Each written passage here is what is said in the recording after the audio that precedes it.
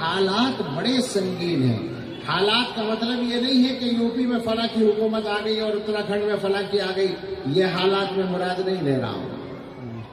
یہ حالات ہمارے اعمال کے مقابلے میں کم خراب ہیں. بلکہ مجھے تو اب ایک دوسرا رخ نظر آ رہا ہے. بہت کھول کے میں نہیں کہوں گا، لیکن ہندوستان میں ایک رجحان بنتا نظر آ رہا ہے. میں نے لوگوں سے باتیں کی ہیں اس موضوع پر. ہماری دنیا کی ضرورتیں، کاروبار کے معاملات اور جان کی حفاظت وغیرہ کے معاملات اور زیادہ تر کاروبار کے، ان میں کچھ آسانیاں دی جائیں گی اور نظام کو کچھ بظاہر بہتر بنایا جائے گا. اور دین و مذہب کے سلسلے میں جو اپنے ان کے ارادے ہیں وہ پورے کرنے کی کوشش کی جائے گی اور مسلمانوں کو تسلی دے دی جائے گی کہ تمہاری تو جان مال محفوظ ہے. اور مسلمان اس پر راضی ہو جائے گا، اس لیے کہ مسلمان کے ایمان میں دم نہیں ہے. وہ دنیا کی ضرورت پوری ہونے پر خوش ہو جائے گا کہ ہاں ٹھیک ہے ہمارا کام چل رہا ہے. آپ کو معلوم ہے نا یہ بات کہ روٹی مل جائے تو جانور بھی خوش ہو جاتا ہے. میں یہاں تک کہنا نہیں چاہتا تھا مگر کہہ دیا میں نے، تو سب سن لیں آپ اور سمجھ لیں کہ ہم اسی پوزیشن پہ آ رہے ہیں. حالات اس طرح کے ہیں. حالات یہ ہیں کہ آپ کے بچے اسکول جاتے ہیں. اب تو اسکول سے شروع ہو رہا ہے کام اور مزید ہونے والا ہے. ایجوکیشن پالیسی جو مقرر ہو چکی ہے، پاس ہو چکی ہے، کابینہ اس کو منظور کر چکی ہے اور اس کے مطابق قوانین بن رہے ہیں. تمام قوانین بن جائیں گے تو اسکولوں میں وہ مکمل آ جائیں گے. وہ پالیسی ایسی ہے، میں نے اس کو پڑھا ہے تو میں یہ ڈرتا ہوں کہتا ہوا، اگر کہے بغیر بھی ڈر ہی لگتا ہے کہ حالات یہ آ رہے ہیں کہ ہو سکتا ہے آپ کو یہ کرنا پڑے کہ آپ کا بچہ اسکول سے آئے تو آپ اس بچے سے کہیں کہ بیٹا کلمہ پڑھ لو، تم اسکول سے آ رہے ہو، تم اسکول سے آ رہے ہو کلمہ پڑھ لو، ہو سکتا ہے ایمان چلا گیا ہو. اس طرح کے حالات آ چکے ہیں. آ رہے کا لفظ غلط ہے، آ چکے ہیں. جب وہ پالیسی منظور ہو چکی ہے تو اور کیا ہوگا. یہ تو ہو رہا ہے. اور اس کے علاوہ پہلے سے جو ہو رہا ہے وہ یہ ہے کہ آپ تو اس علاقے میں بیٹھے ہیں جہاں جامعہ ہے، جہاں تعلیمی ادارے ہیں بہت سارے، اور اسی دلی کے اندر اور بہت ساری یونیورسٹیاں ہیں.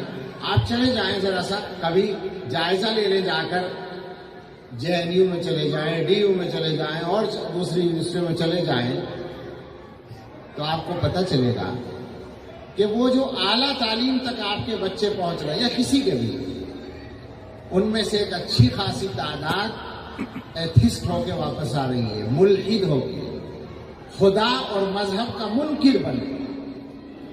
آپ کو واسطہ پڑ رہا ہوگا، اس علاقے میں ایسے لوگ مل جائیں گے آپ کو. یہ ہو رہا ہے، یہ ہو چکا ہے.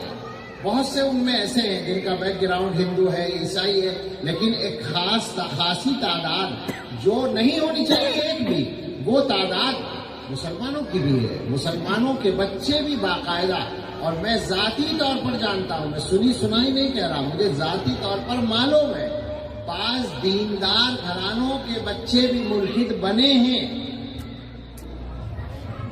اب آپ مجھے بتائیں کہ بچوں کی روزی روٹی سیدھی کرنے کے نام پر آپ نے ان کو ہمیشہ کے لیے جہنم کے اس میں جھونک دیا.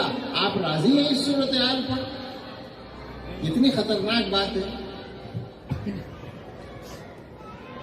بہت سنگین صورتحال، سنبھالنے کی ضرورت ہے. اور اس کے لیے ضروری ہے یہ غفلت دور کرنا، جس پر مجھے غصہ آ رہا تھا.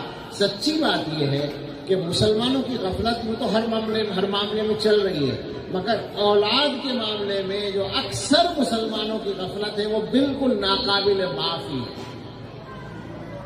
میں بہت سی جگہ رات کو بیان کرتا ہوں 10-11، اب بھی ایسا ہی ٹائم ہو رہا ہے شاید، تو میں بعض لوگوں سے پوچھتا ہوں، بیان میں پوچھتا ہوں، گاؤں دیہات میں بھی پوچھتا ہوں کہ آپ یہاں بیٹھے ہوئے بیان سن رہے ہیں، بہت اچھا کام کر رہے ہیں یقیناً، کیا آپ مجھے بتا سکتے ہیں کہ آپ میں سے جس کا بیٹا 15 سال سے 25 سال کے بیچ ہے، شادی شدہ نہیں ہے، بالغ لڑکا ہے اور شادی نہیں ہوئی ہے، کوئی باپ بتا سکتا ہے کہ اس کا وہ بیٹا اس وقت کہاں ہے اور کیا کر رہا ہے؟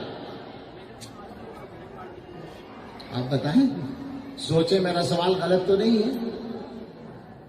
اکثر باپ یہ نہیں بتا سکیں گے کہ میرا بیٹا اس وقت کہاں ہے اور کیا کر رہا ہے۔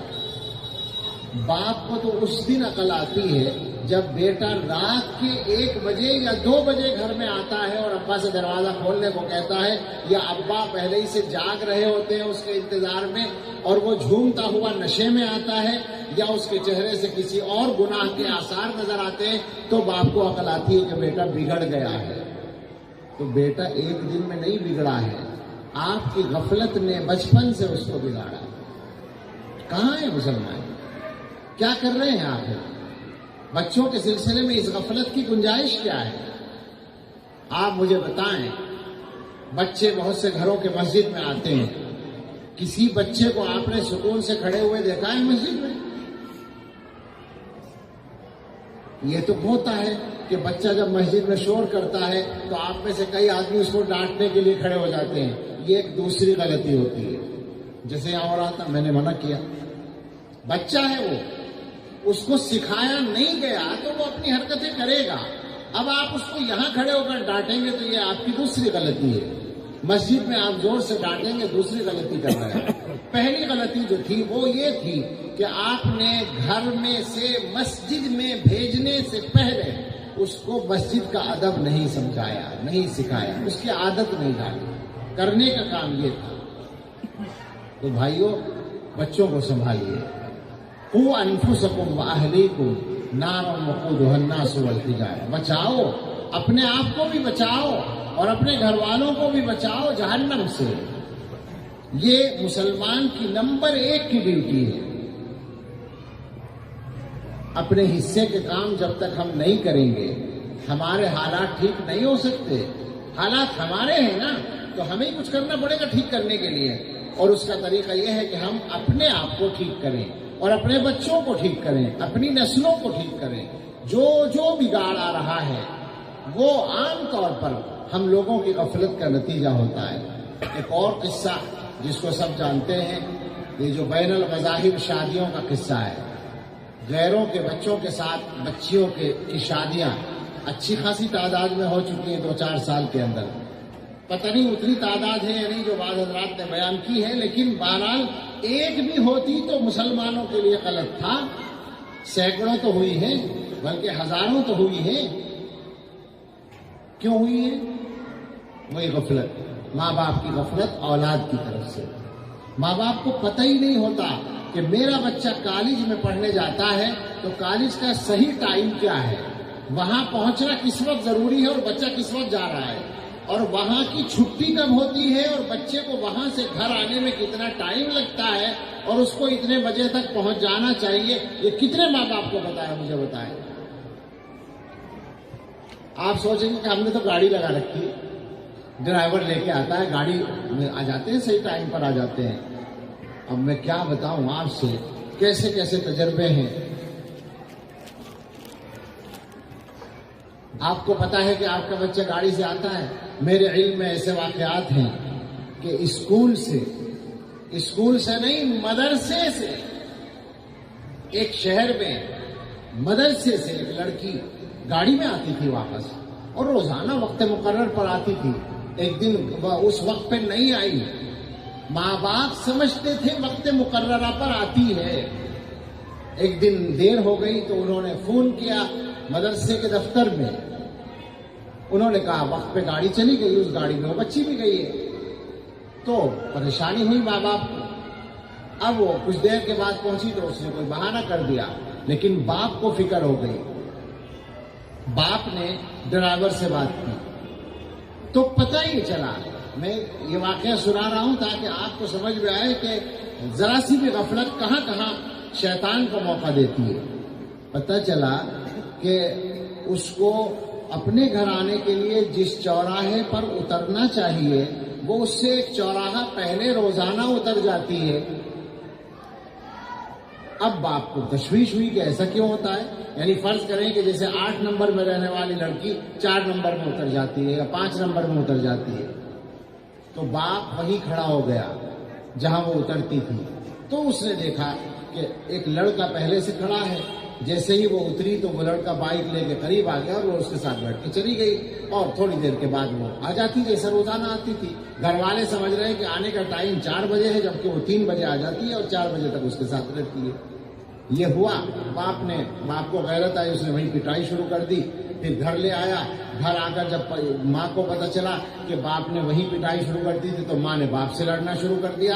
اگلے دن لڑکی مدرسے نہیں پہنچی تو مدرسے والوں نے فون کیا تو پتہ چلا کہ ماں باپ کا جھگڑا اتنا بڑھا کہ ماں نے مٹی کا تیل اپنے اوپر ڈال کے آگ لگا لی، اس کا جنازہ تیار رکھا ہے.